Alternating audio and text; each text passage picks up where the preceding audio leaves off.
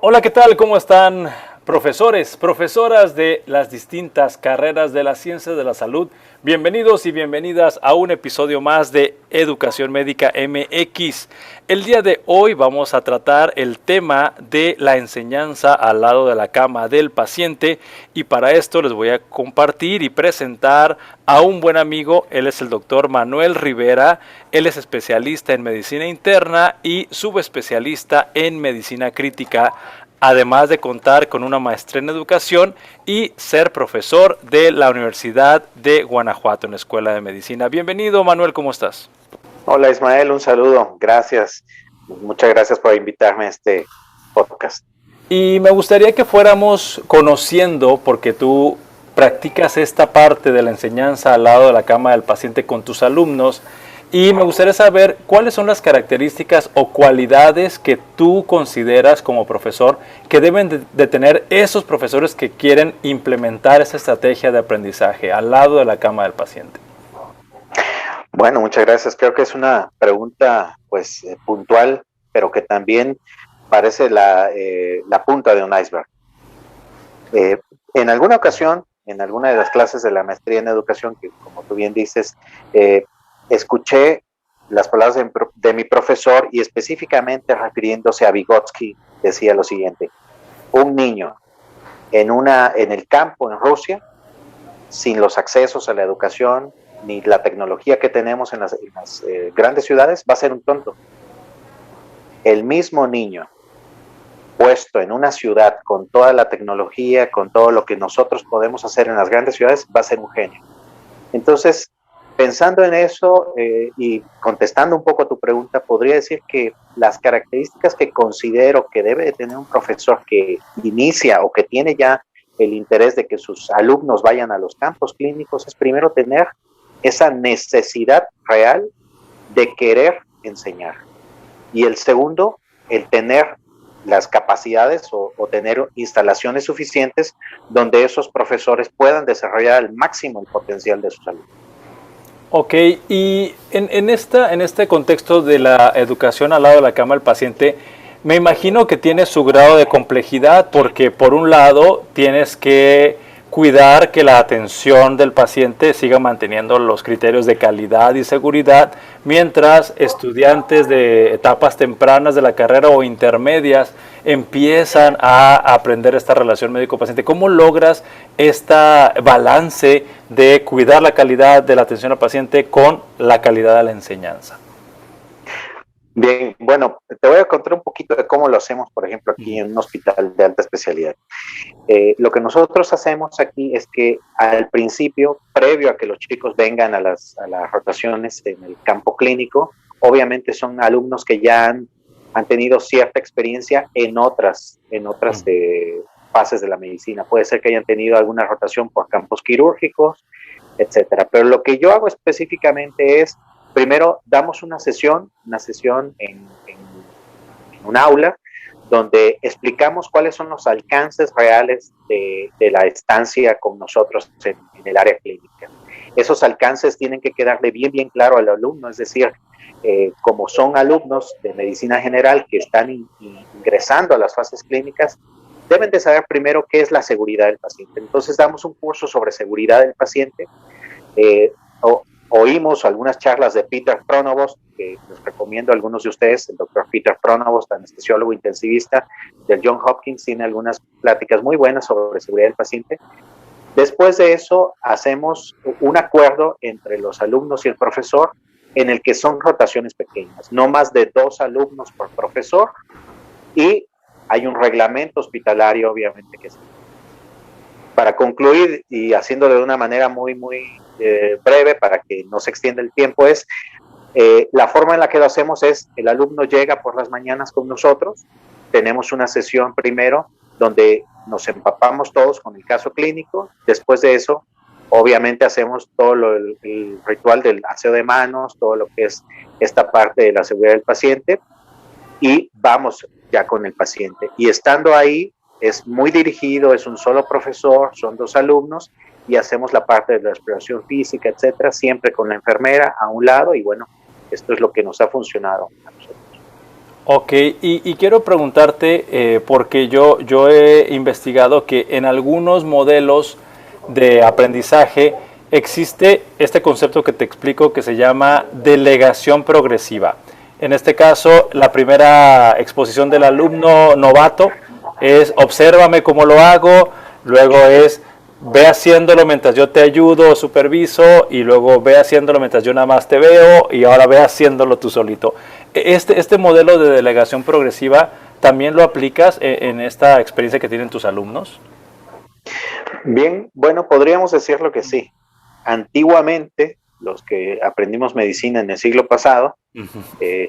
decíamos a ese aforismo que yo creo que tú bien recordarás, ¿verdad? Que era, ve una, haz una, enseña una. Uh-huh. Entonces, basado en eso y en la delegación progresiva de los diferentes tópicos que tenemos aquí en medicina, efectivamente nosotros empezamos con una delegación progresiva. Primero, empezamos con las partes más puntuales que son, por ejemplo, lo que son las órdenes médicas, es decir, órdenes de laboratorio. Enseñamos cómo se tiene que hacer bien una orden de laboratorio, enseñamos cómo se tiene que hacer unas indicaciones basadas en el juicio clínico y el análisis del laboratorio. Y después de eso, que son las fases iniciales, vamos delegando responsabilidades secundarias, como son, por ejemplo, la asistencia en procedimientos pequeños, como podrían ser una curación o un cambio, por ejemplo, de una sonda Foley. Y después ya en etapas más progresivas, que te soy honesto, ya no me tocan a mí, porque hay un proceso en medicina, como ustedes bien lo saben. Ese proceso generalmente se da ya en una fase que nosotros aquí en Guanajuato llamamos fase 3, donde ya los alumnos están prácticamente ya junto con los internos o junto con los residentes haciendo estos procedimientos. Ok, y me gustaría saber, en tu experiencia, ¿cuáles son las estrategias para motivar a los estudiantes a participar? Porque tú sabes que podemos tener alumnos extremadamente desinhibidos y otros muy tímidos, y tenemos que hacerlos participar. ¿Qué estrategias utilizas para romper el hielo o marcar la pauta? Bien, es cierto, eso es muy común. A veces tenemos los alumnos que solitos se van, ¿verdad? Es decir, siempre están presentes, son proactivos, pero hay un grupo que sí hay que estar vigilándolos en el sentido no tanto de que cumplan con las asignaciones, sino que motivándolos a que las realicen o participen. Las técnicas que yo utilizo ahí son primero la introspección.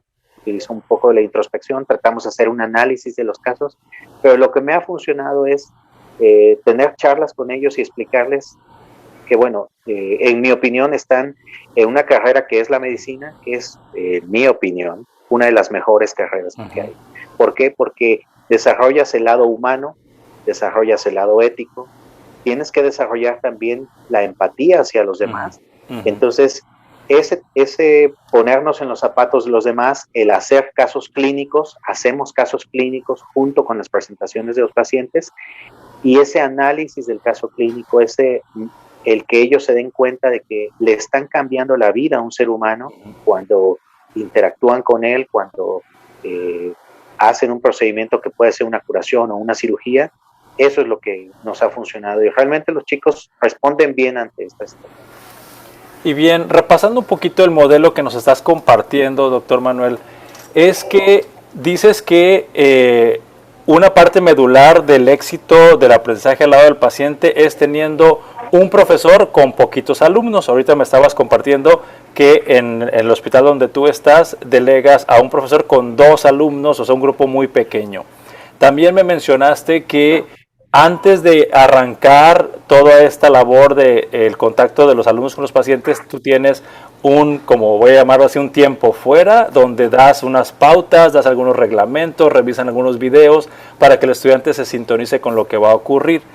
Pero ahora sí me gustaría que me explicaras en el día a día, ¿cómo ocurre esto? Me refiero, ¿cuántos pacientes ven o qué momentos puedas describirme que viven los estudiantes al momento de estar interactuando con los pacientes? Ok, bueno, les voy a platicar un día a día aquí con nosotros en Cuidados Críticos, por ejemplo. Lo que hacemos primero es, llegamos todos en la mañana, obviamente nosotros tenemos que entrar con un uniforme quirúrgico a las áreas en las que laboramos y están los alumnos. Entonces, obviamente todos tenemos que tener ese tipo de uniforme. Después de eso, lo que hacemos es una parte que es una sesión académica, podríamos llamarla, donde revisamos los casos clínicos, cada caso clínico. Cada médico tiene asignado diferentes casos. Por ejemplo, en lo particular, hoy tengo, por ejemplo, tres pacientes y lo que hacemos es analizar cada uno de los pacientes, viendo cómo fue su evolución el día anterior, después cómo ha estado el estado de los últimos laboratorios, cómo va su situación hemodinámica, etc. Después de esa sesión, que es totalmente, digamos, en aula, lo que hacemos es ya el pase de visita. El pase de visita va guiado, hay un residente, está un profesor y están los alumnos de medicina y ven cómo es la interacción entre el médico y el residente. Lo que hacemos ahí mismo es, ahí en la cabecera de los pacientes y de una manera pues muy profesional, hacemos algunas preguntas que son puntuales, ustedes mismos las han hecho. Por ejemplo, hablemos del índice urinario de este paciente. ¿Cuál es el índice urinario del paciente en este momento? Y una vez que eso queda contestado, se le explica al alumno, ¿verdad? al médico información. Bueno, el índice urinario es una compilación de la uresis de las últimas horas, etcétera, y nos sirve para ver. ¿Qué sabes tú de esto? Y ellos nos van contestando. Entonces, una vez que eso pasa, ya viene el análisis clínico, donde revisamos como tal al paciente y les permitimos que ausculten el área cardíaca, el área abdominal, siempre dirigido por el Pienso que lo mejor para que funcione es que siempre haya esta situación de pocos alumnos con un profesor titular ya senior, pues. Ok, y entonces, por último... así es, después de la fase de visita que ya dices tú que explora al paciente y que contesta preguntas, siguen otras fases. Sigue la fase de análisis. Esa fase de análisis nosotros determinamos qué es los últimos diagnósticos o si ha habido un cambio.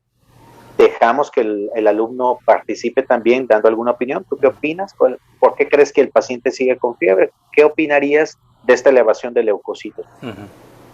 Y una vez que eso termina, hacemos el plan del día, es decir, vamos a hacer una nueva tomografía o vamos a ir a una nueva placa de tórax y vamos a ver los cultivos.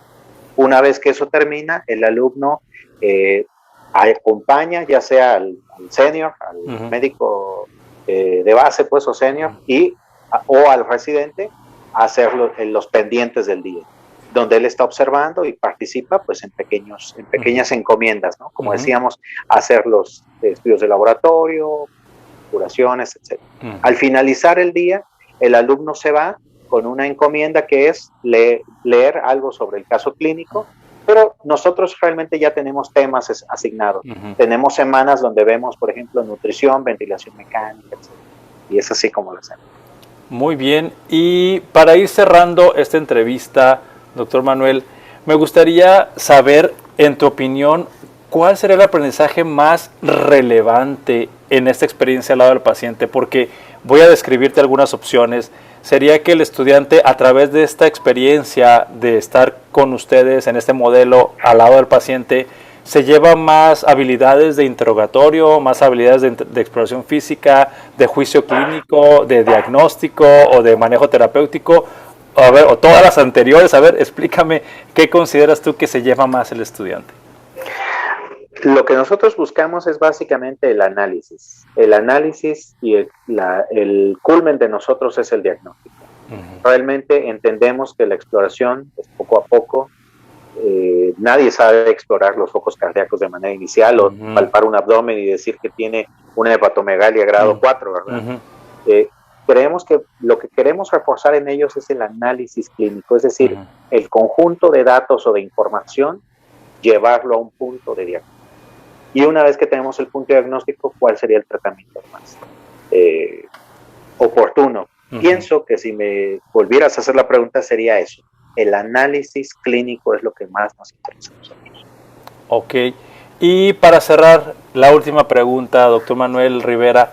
¿Qué recomendaciones darías tú a los profesores y profesoras de escuelas de medicina que quieren implementar una estrategia de aprendizaje centrado al lado de la cama del paciente?